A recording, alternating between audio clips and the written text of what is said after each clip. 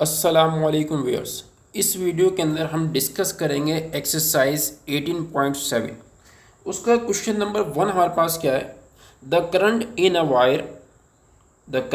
A wire is directly proportional to the potential difference. Current को हम आई से show करते हैं और पोटेंशियल डिफरेंस को हम वी से। And inversely proportional to the resistance, और इन्वर्सली किसके, रेजिस्टेंस के। तो सबसे पहले जो हमारे पास स्टेटमेंट दी गई है उसको अगर हम मैथमेटिकल टर्म्स के अंदर लिखें, करंट डायरेक्टली प्रोपोर्शनल है किसके, पोटेंशियल डिफरेंस के, और इन्वर्सली प्रोपोर्शनल है रेजिस्टेंस के। रेजिस्टेंस को हम क्या लिखते हैं, अपॉन के। अब तरीका क्या होता है कि अगर हम साइन और प्रोपोर्शनलिटी को रिमूव करते हैं, इसको अगर हम रिमूव करते हैं तो हमारे पास इक्वलिटी और कांस्टेंट की निशानी आती है, वी ओवर आर। उसके बाद हम क्या करते हैं, इनिशियल कंडीशन को यूज़ करते हैं। अब इनिशियल कंडीशन क्या है, इफ़ आई इक्वल टू 6, अगर आई बराबर हो 6 के, वेन वोल्टेज बराबर किसके, 220 के, and R equal to 5, R बराबर किसके, 5 के। अब ये वैल्यूज़ रखें, आई की जगह हमने 6 रख दिया, के की वैल्यू हमने मालूम करनी, वी हमारे पास 220 है, आर हमारे पास 5 है। 5 यहाँ डिवाइड कर रहा वहाँ जाएगा तो मल्टीप्लाई करेगा। It means K equal to 5 multiply by 6 divide by 220। अब देखें, 5 को 6 से मल्टीप्लाई करें 30 डिवाइड बाय 220। 10 का टेबल पढ़ें 3 टाइम्स 30 और 22 टाइम्स पढ़ें, तो रिजल्ट हमारे पास क्या आ गया, के इक्वल टू 3/22। के की वैल्यू हमारे पास क्या है, 3/22, 3/22। अब ये वैल्यू रख दें इस इक्वेशन के अंदर, इक्वेशन नंबर 1 के अंदर। तो रिजल्ट हमारे पास क्या आएगा, I equal to 3/22 V over R, V over R. उसके बाद देखें, फाइंड आई, आई मालूम करो जब वोल्टेज बराबर हो 180 के और रेजिस्टेंस बराबर हो 8 ओम के। वोल्टेज बराबर हो 180 के और रेजिस्टेंस बराबर हो 8 के। अब देखें, इस इक्वेशन के अंदर रखें, आई हमने मालूम करना है 3/22, वोल्टेज हमारे पास कितना है 180 और रेजिस्टेंस हमारे पास कितनी है 8।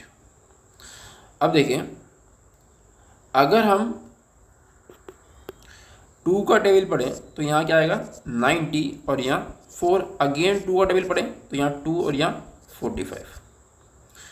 3 को 45 से मल्टीप्लाई करें तो हमारे पास रिजल्ट कितना आएगा, 340, 120, 135। 22 को 2 से मल्टीप्लाई करेंगे 44 एम्पियर। ये हमारे पास क्या है, करंट है। अगर हमारे पास वोल्टेज जो है 180 हो और रेजिस्टेंस हमारे पास कितना हो 8 ओम, वोल्टेज हमारे पास कितना हो 180 हो और रेजिस्टेंस हमारे पास कितना हो 8 ओम, तो करंट कितना होगा 135/44 एम्पियर, 135/44 एम्पियर। अब हम मूव करते हैं क्वेश्चन नंबर 2 की तरफ। अब हमारे पास है क्वेश्चन नंबर 2। क्वेश्चन नंबर 2 क्या है, the intensity of light मेयर्ड in foot candles varies inversely with this square of the distance from the light source. सबसे पहले हम क्या करते हैं, जो कंडीशन है उसको हम एक्सप्रेस करते हैं मैथमेटिकल टर्म्स के अंदर। कंडीशन क्या है कि जो इंटेंसिटी है वो प्रोपोर्शनल है इन्वर्सली। इन्वर्सली का मतलब क्या है, उसको हम अपॉन में लिखेंगे, उसको हम क्या लिखेंगे, अपॉन में। Square of the distance, distance के स्क्वायर। उसके बाद हम क्या करते हैं, प्रोपोर्शनलिटी साइन को रिमूव करते हैं, तो रिजल्ट हमारे पास क्या जाएगा, K D square, K D square. Suppose the intensity of a light bulb is 0.08। अब इंटेंसिटी हमारे पास है 0.08 foot candles at a distance of 3 metre. कितना डिस्टेंस पर है? 3 मीटर। सवाल यह है फाइंड द इंटेंसिटी।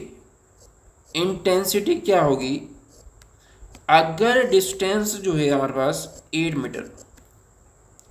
तो सबसे पहले हम क्या करते हैं, के की वैल्यू मालूम करते हैं यूजिंग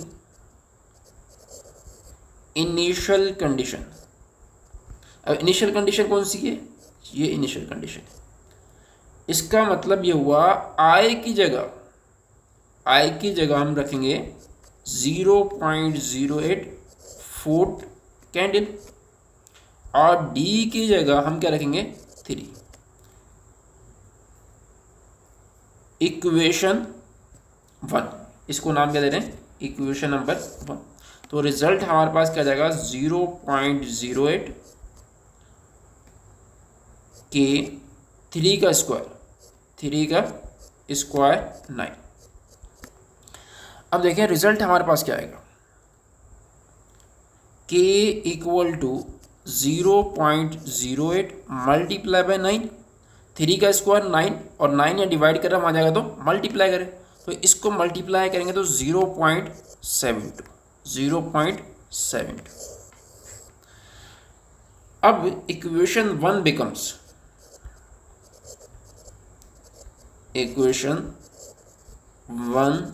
बिकम्स वो हमारे पास क्या आएगी I इक्वल टू के की जगह हम क्या रखेंगे 0.72 डिवाइड बाय डी स्क्वायर।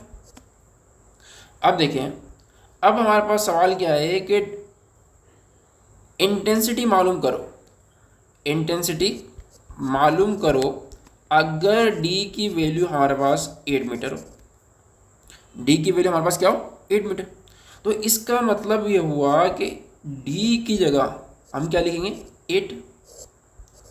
8 का स्क्वायर।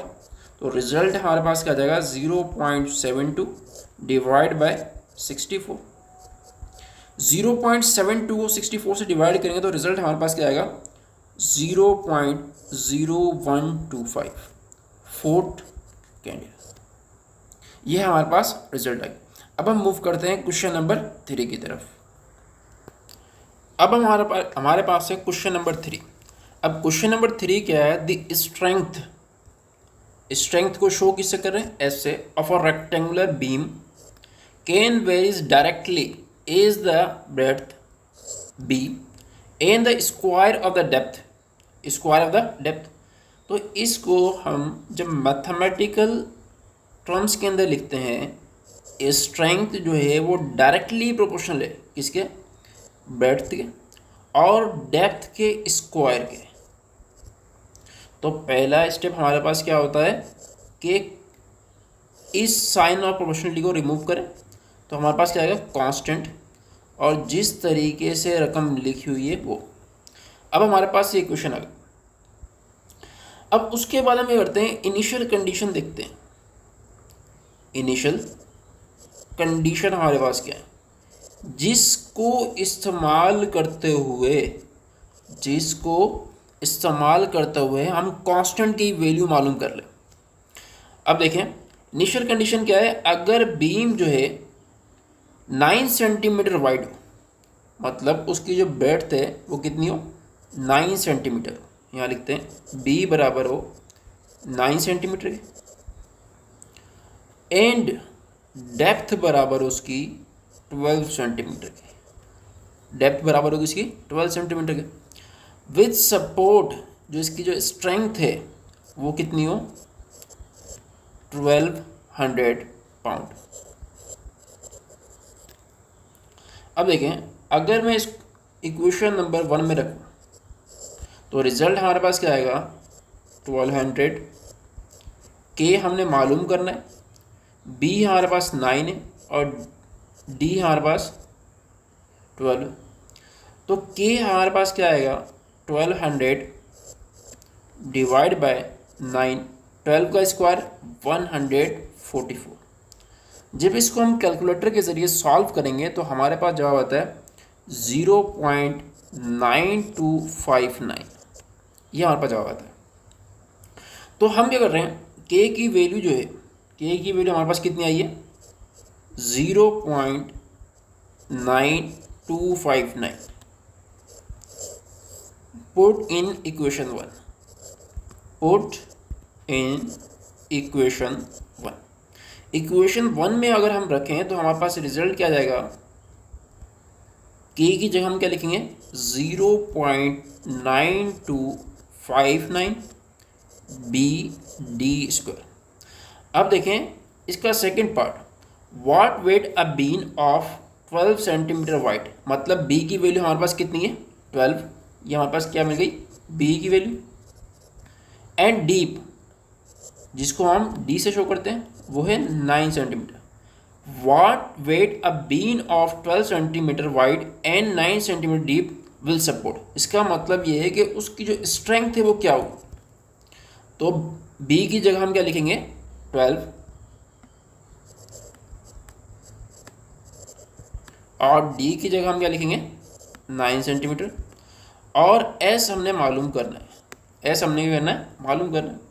अब यहाँ रखें इसके अंदर एस इक्वल टू 0.9259, बी की जगह 12 और डी की जगह 9 का होल स्क्वायर। जब इनको मल्टीप्लाई करते हो तो हमारे पास अप्रॉक्सीमेटली 900 पाउंड रिजल्ट आएगा। पाउंड हमने क्यों लिखा है, स्ट्रेंथ का जो यूनिट है वो हमारे पास क्या है पाउंड है। स्ट्रेंथ का जो यूनिट है वो हमारे पास क्या है पाउंड। अब हम मूव करते हैं क्वेश्चन नंबर 4 की तरफ। अब देखें क्वेश्चन नंबर 4 हमारे पास क्या है, labour cost varies jointly as the number of workers. Labour cost जो है वो किस तरीके से वेरी करती है अगर हम वर्कर्स की जो क्वांटिटी है उसको इंक्रीज करते हैं। And the average number of days, वो कितने दिन एक फैक्ट्री के अंदर काम करते हैं अगर हम उसको इंक्रीज करते हैं। तो इसका मतलब ये हुआ कि अगर मैं इसको मैथमेटिकल एक्सप्रेशन में लिखूं, लेबर कॉस्ट जो है उसको मैं सी से लिख रहा हूँ। सी जो है वो डायरेक्टली प्रोपोर्शनल है किसके, नंबर ऑफ वर्कर्स के, and the average number of days, जिसको मैं डी से लिख रहा हूँ। हाँ देखिए एन और यहाँ डी। पहला स्टेप हमारे पास क्या होता है, साइन ऑफ प्रोपोर्शनलिटी को रिमूव करें तो हमारे पास क्या आता है कांस्टेंट, और जिस तरीके से बाकी टर्म होती हैं वो लिखते हैं। उसके बाद हम इनिशियल कंडीशन इस्तेमाल करते हैं। इनिशियल कंडीशन हमारे पास क्या है, इनिशियल कंडीशन, इनिशियल कंडीशन क्या है, अगर कॉस्ट बराबर हो 100 के, cost of 100 workers, cost of 100 workers, इसका मतलब ये है कि n बराबर है 100 फॉर 15 डेज, डेज कितने 15, इज 900, वो कितनी है 9000। इस कंडीशन को इस्तेमाल करते हैं, सी की जगह हम क्या लिखते हैं 9000, के हमने मालूम करना है, एन की जगह 100 और डी की जगह 15। तो इसका मतलब ये हुआ K equal to 9000 divide by 100 multiply by 15। तो रिजल्ट हमारे पास क्या जाएगा 600। रिजल्ट हमारे पास क्या जाएगा 600। अब देखें अगर हमारे पास जो वर्कर्स हैं, अगर हमारे पास, then find the labour cost of 300 workers. इसका मतलब क्या हुआ, एन की वैल्यू कितनी आ गई 300 और डेज कितने हैं 20, डेज कितने 20। एन हमारे पास आ गया 300 और डेज हमारे पास कितने आ गए 20। फाइंड क्या करना है, कॉस्ट मालूम करनी है, मतलब सी की वैल्यू मालूम करनी। अब देखें सबसे पहले जो इक्वेशन है हमारे पास, सी इक्वल टू के की वैल्यू हमारे पास क्या है 6 एंड डी, ये बन जाएगी। इसको नाम दे देते हैं इक्वेशन नंबर 1। अब लिखते हैं पुट इन इक्वेशन 1। तो रिजल्ट हमारे पास क्या आएगा, सी हमने मालूम करना है, 6, 300 और 20। तो रिजल्ट हमारे पास क्या आएगा, इनको मल्टीप्लाई करेंगे, 6 को 20 से मल्टीप्लाई करेंगे तो 18, 120 को 300 से मल्टीप्लाई करेंगे तो 360,000 रुपीज़। तो इसका मतलब ये हुआ कि अगर हमारे पास 300 वर्कर्स काम करेंगे कितने दिन के लिए, 20 डेज़ के लिए, तो हमारी जो कॉस्ट होगी वो कितनी होगी, 36,000। अब हम मूव करते हैं नेक्स्ट क्वेश्चन की तरफ, क्वेश्चन नंबर 5 की तरफ। अब हमारे पास है क्वेश्चन नंबर 5। अब क्वेश्चन नंबर 5 हमारे पास क्या है, the sales tax on the purchase of a new car. एक नई कार खरीदते हैं हम, उस पर हमारे पास एक सेल टैक्स लगता है। Where is directly is the price of a car. जितनी ज़्यादा कीमत होगी कार की उतना ज़्यादा टैक्स लगेगा। मतलब जो है sales tax, let's say sales tax को मैं टी से शो कर रहा हूँ और जो प्राइस है उसको पी से शो कर रहा हूँ कि जितनी ज़्यादा प्राइस होगी उतनी ज़्यादा टैक्स हो गया। तो सबसे पहले हम ये करते हैं, साइन ऑफ प्रोपोर्शनलिटी को रिमूव करते हैं तो हमारे पास क्या आता है, कांस्टेंट, और बाकी जो वेरिएबल्स होते हैं वो सेम होते हैं। If a new car is purchased in, अगर हम नई कार खरीदें 20 लाख की, कितने की, 20 लाख की, तो इनिशियल कंडीशन हमारे पास क्या है, अगर प्राइस हो 20 लाख और सेल्स टैक्स जो है हमारे पास वो है 40,000। सवाल ये है, तो सबसे पहले हम क्या करेंगे, के की वैल्यू मालूम करें। तो इस इक्वेशन के अंदर रखें, टैक्स हमारे पास है 40,000 डिवाइड बाय 20 लाख। तो के की वैल्यू हमारे पास क्या जाएगी, 0.02। ये हमारे पास क्या जाएगी, के की वैल्यू। तो इसको इक्वेशन नंबर 1 में रखते हैं, t equal to 0.02 into P. अब देखें, if the new car is priced at 20 lakh, how much sale tax is charge if the new car is priced at 20 lakh. अगर हम एक नई कार खरीदें और उसकी जो कीमत है वो 20 लाख हो, तो उस पर कितना टैक्स लगेगा। इसका मतलब यह हुआ कि प्राइस हमारे पास दी हुई है 20 लाख। हमने ये डिटरमाइन करना है कि टैक्स कितना लगेगा। तो हम क्या करेंगे, 0.02 जो फार्मूले के अंदर लिखा हुआ, प्राइस हमारे पास कितनी है, 20 लाख। इसको जब मल्टीप्लाई करेंगे, क्या करेंगे, मल्टीप्लाई करेंगे, तो रिजल्ट हमारे पास क्या आएगा, 56,000।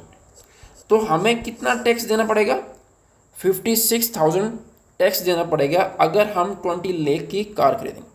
तो इस वीडियो के अंदर हमने जो भी सवाल थे एक्सरसाइज 18.7 को, वो हमने सॉल्व कर ली। इंशाल्लाह नेक्स्ट वीडियो के अंदर हम क्या करेंगे, रिव्यू करेंगे एक्सरसाइज 18 की।